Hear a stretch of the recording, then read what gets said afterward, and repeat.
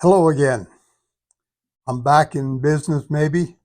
I wanted to visit today with you about uh, again the horse Smokey. You've heard a lot about Smokey over the years and over the time that we've been together. But Smokey was one of the first horses that I trained to jump fences. Up until then, I had just been um, taking horses and teaching them to work a rope for ranch work, teach a horse how to work cattle, teach a horse how to take care of me. I and there's a lot of different ways you can train horses, but training of a horse needs to be a quiet, relaxed event that is something that you learn to do in little pieces. You don't learn it all overnight. Remember, I've talked about a horse trains at about the same level and can communicate at the same level of as roughly a 5-year-old child that can't talk out loud, has to show you by signs and things. Well, Kamari and I had gotten married, and you've seen some of those pictures in the last episode that I put out. And so we started farming together, a farm and ranch operation just outside of Ripley, Oklahoma. We had 1,600 acres there, and I had broke Smokey and had trained him actually for Dad a horse. And anyway, I wanted him. I really liked him, and so I traded Dad a matched pair. I had a matched pair. He and Mom were wanting to ride in some grand entries and rodeos and things was their ideal. And so they traded me Smokey. Smokey was one of those horses that would and could do everything. And so I had him up there, and I wanted a friend as much as I wanted a horse to ride on. Um, my first introduction to jumping horses was at Oklahoma State University. I was a senior there, and I had met Kamari. Actually, I was in graduate school. I had met Kamari, and we had gotten married. And so the thing that got me interested in the jumping was that we were putting on this horse show, and Kamari and I were riding together every day prior to our marriage. And this horse show was prior to our marriage. And I was wearing cowboy boots and wheat jeans and a shirt, and I had been schooling her stallion, Romeo. Isn't that an appropriate name for a stallion?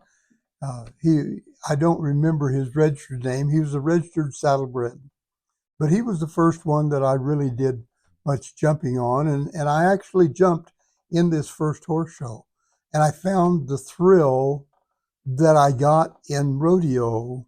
I loved the crowd, and so I loved riding the jumping.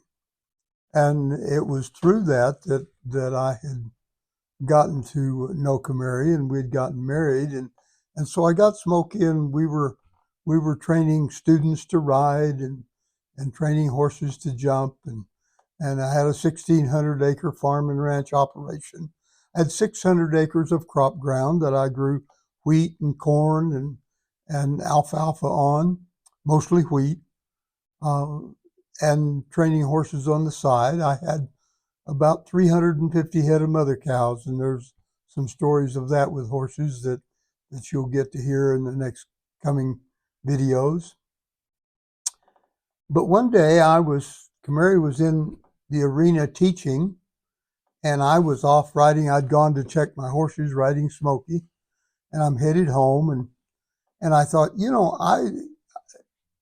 with me being off on this place, sometimes it's possible that I could fall off somehow and get hung up, and I'd like for the horse to take me home.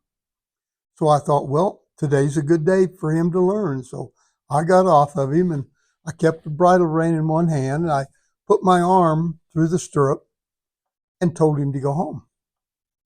Well, he didn't want to do that for a little bit, but I finally got him to talk into it, and he finally did just start walking toward the barn. And I had on chaps, and so I'm just sliding on the grass down below, and we come over the top of the hill. Well, from the top of the hill in our pasture, you could see the riding arena, and it was a good quarter of a mile away from us.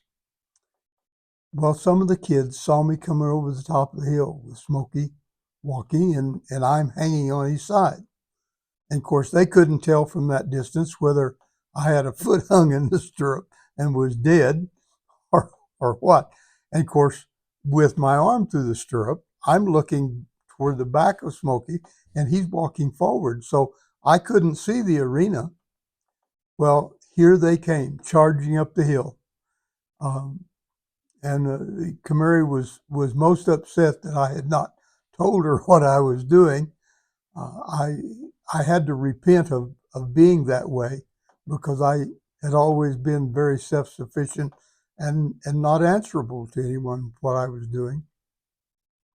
Anyway, I taught him to pull me home that way. I taught him to pull things on the end of a rope so that the rope would run around his rear end, but I could drag anything I wanted to, whether it be a calf or a log or anything else.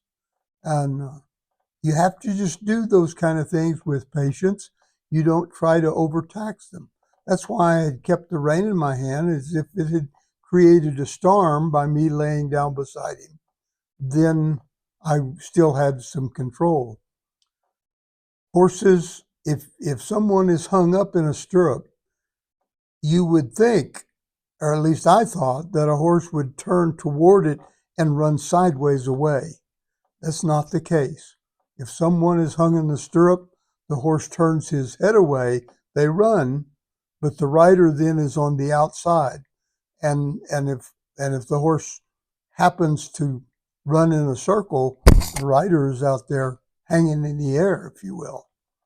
But if you're hung in, and this is why you have boots that have a heel on them, so that the boot won't go through the stirrup and hang you up. If you were to get bucked off or fell off for any other reason, a horse can spook and unseat you. And some people come off easier than others. So it's just a protective mechanism.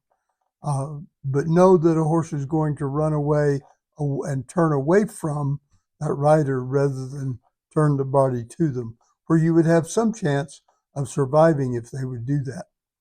Anyway, that was an interesting day to have him learn to bring me home, regardless of the circumstances. You have a wonderful day. We'll talk to you later.